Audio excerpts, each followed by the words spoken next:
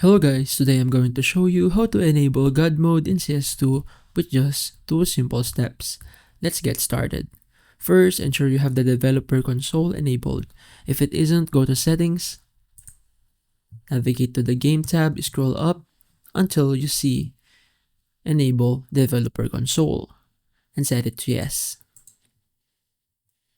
Once enabled, open the developer console using the tilde key and type sv_cheats 1.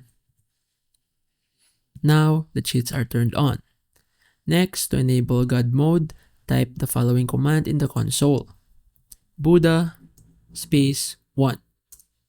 With this command, you'll enable God mode. While you can still take damage, your health will never drop below 1, ensuring you can't die.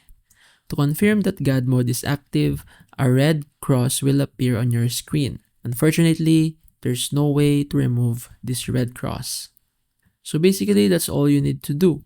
Now you can enjoy testing scenarios in CS2 without the risk of dying.